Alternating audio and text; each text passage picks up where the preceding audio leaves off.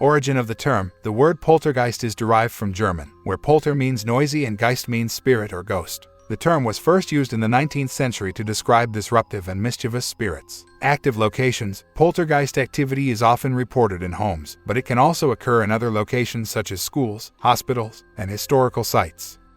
Emotional energy: poltergeist hauntings are often associated with the presence of emotional or psychological turmoil. It is believed that this energy can be unconsciously projected by a living individual, usually an adolescent or someone experiencing high levels of stress. Object manipulation: one of the defining characteristics of poltergeist activity is the movement of objects without any apparent physical cause. This can include objects being thrown, levitating, or even disappearing and reappearing in different locations. Electronic interference: poltergeist phenomena sometimes involve disruptions in electrical devices, such as lights flickering or turning on and off by themselves, TVs or radios changing channels, or appliances malfunctioning. Also noise like scratching, clicking in your ears, or knocking on doors when no one's there. Auditory disturbances: witnesses often report hearing unexplained sounds during poltergeist events. These sounds can range from footsteps, knocks, and bangs to voices, whispers, or even screams, which one poltergeist haunting event recording horrible screams coming from an empty hotel room. When the investigator went to check the room, there was no one in the room and no one left the room as the hallway camera recorded the whole event. Duration and intensity: poltergeist activity tends to be sporadic and usually lasts for a limited period, often weeks or months. The intensity of the disturbances can vary, with some cases involving minor incidents while others are more extreme and frightening. Physical interactions: in some poltergeist cases, individuals may experience physical interactions, such as being scratched, pushed, or slapped by an unseen force. These incidents can cause physical harm and psychological distress. Skeptical explanations: while poltergeist phenomena are often attributed to supernatural or paranormal causes, skeptics propose alternative explanations. Some suggest that natural phenomena like infrasound, electromagnetic fields, or psychological factors may account for perceived poltergeist activity. Famous cases: throughout history, several well-known poltergeist cases have gained significant attention, such as the Unveiled poltergeist in England 1977 to 1979 and the Bell Witch haunting in Tennessee, USA early 19th century. Poltergeist classification: hauntings. Level 1, referred to as senses attack because in the early stages of a poltergeist the activity mainly revolves around the human body's basic six. Cold spots, strange noises, odd odors and smells, hearing footsteps. Usually animals in these types of activity like dogs and cats can start running from rooms, or a person can have feelings of being watched, which 99% of the time can be due to high EMF fields, which can cause the same effect. It's the 1% that feel off-putting that something beyond the grave is watching you.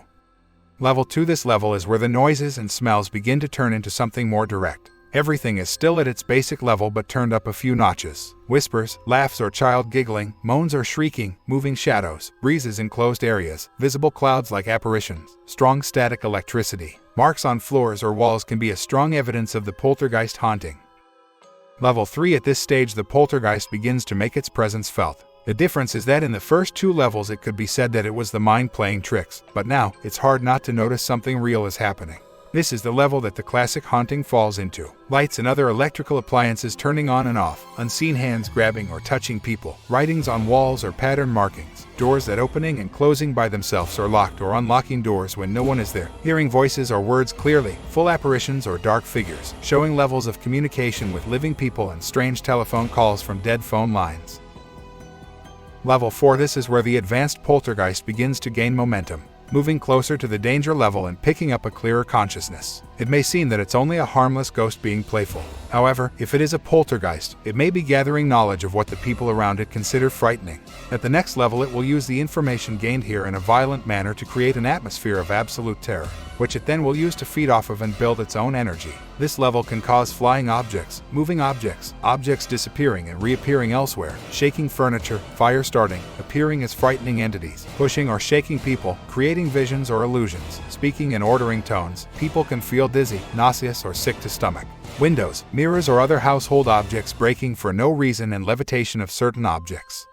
Level 5, at this level, the poltergeist is at its highest energy point and should be considered very dangerous. Violent and threatening actions begin at this stage. The time frame here, and all stages listed, will vary determining on the poltergeist. It could end in days, months, or years. After this stage, the poltergeist will go dormant and then begin this cycle over again. At this level, with dangerous activity, biting, slapping, or punching can happen, along with rape or animating objects to possession and use of household electrical systems to cause harm. Another thing that can happen is fires and burning, blood on walls, floors, and ceilings, being attacked by unseen forces, being held down, hair pulled, flying knives or sharp objects, heavy objects falling, threatening writings or visual signs, which can be very frightening stage of poltergeist haunting that can be too strong to get rid of, which is why it's wise to have your apartment or house professionally cleansed before it gets to this level. While most poltergeist hauntings can happen in abandoned buildings and historical buildings, it's very rare in homes to happen, unless the grounds are haunted or you have brought something in your home that has a dark spirit attached. If you like these facts about poltergeist hauntings and like to hear more from the paranormal world, please come and subscribe to the World's Most Haunted Places YouTube channel for more. Thank you for watching.